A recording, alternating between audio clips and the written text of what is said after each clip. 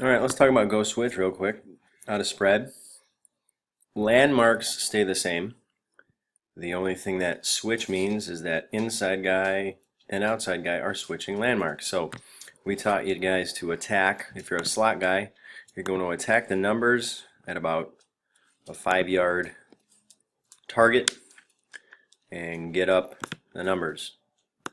Attack the numbers at a 5-yard target and get up the numbers. Outside receiver. You are, because you're on the line of scrimmage, you have the runway first. You clear the runway, so to speak. So going on top, your path can actually be a little bit deeper downfield. You probably want to aim more at like 7 yards to the hash, right? And then up the hash. 7 yards to the hash, and then up the hash.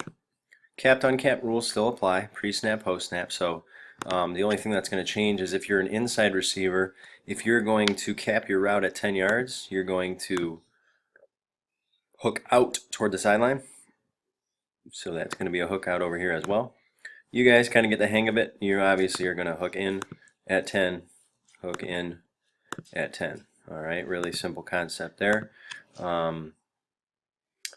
So you understand what we're looking for as far as receivers are concerned. So again, if we put our defense out here, single high safety, all right, cover 3. The idea is we have 4 guys to their 3, okay? Some people call this 4 verticals, some people call it 4 deep. It really doesn't matter. So our go concept is just that. It's 4 verticals against, in this case, 3 defenders. So when we see a cover 3, single high safety, the idea is that the ball ideally should go to one of the 2 inside guys, whether it's the slot guy running straight ahead on go or whether it's the outside guy coming in on go switch. That's ideal. So the quarterback's thought process is, I'm going to read the safety, and whichever way he goes, he cannot be right.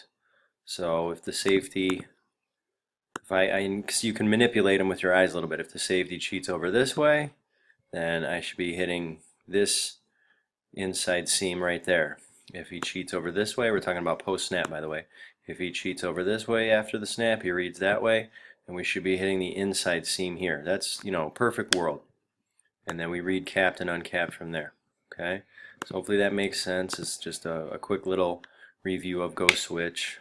And tell you what, while we're at it, we'll go ahead and do it out of Deuce as well. This is why we were telling you guys you need to understand every route from every spot, because eventually you're going to be, if you're a Z, you can be here, you can be here, you can be here, and you can be there, depending on formation and play. You can be in any of those 4 spots.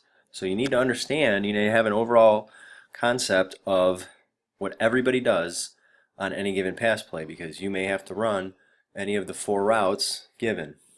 Let's take a look at go switch from here, from Deuce. The idea is the same. Number 1, by the way, we tend to, football 101 real quick. This would be considered the number 1 receiver. This would be considered the number 2 receiver. Same thing on the other side. Number 1 receiver, number 2 receiver. So outside in, we count from outside in, number 1 and number 2.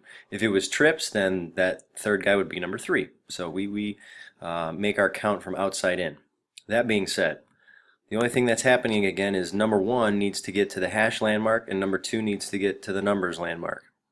Same idea with one slight exception. Given the fact that now the inside guy is on the line, I think you're still going to go ahead and attack at 5 yards to the numbers, and then you're going to get up. Same thing over here. You're going to attack 5 yards to the numbers and get up.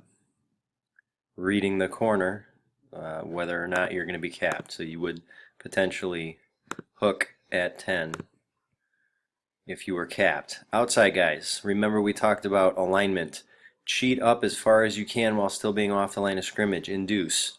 There is an official out here. He is going to tell you whether you are on the line or whether you are off the line. So as long as you're off the line, keep moving up as close as you can while still signaling to him that you are off the line. If he tells you that you're on, then just take a little step back. But you should be communicating with this guy all the time. Sir, I'm off. Sir, I'm off is what you should be saying if you're the Z or the S. So that being said, you need to get to the hash right now as fast as possible. So in my opinion, your target should be 5. 5 to the hash. Get there right now. He's clearing the way for you. You should be on top. You should be underneath. So get to the hash and get up. Y, you're clearing the way. You go first. Whether you're the outside receiver coming in or you're the inside receiver coming out, X's and Y's, you go first. S, 5 yards to the hash and get up. At this point, okay, again, you're reading capped, uncapped. I may potentially hook at 10. So what I was saying before, if it's a single high safety, there's a pretty good chance whoever the inside guy is, all right, you're not going to be capped at all. Here's what would happen potentially. So if we're all kind of reading the safety, the quarterback is especially. If this guy is trying to play over the top this way, then I would say you most definitely are capped. You should curl this up, force the safety to make the play on you, which would open up this for the backside guy. We should be throwing the home run back here in a perfect world, right? Doesn't always happen that way, but that should be your thought process. If we see a single high safety, whoever is running the hash marks, you're the guy.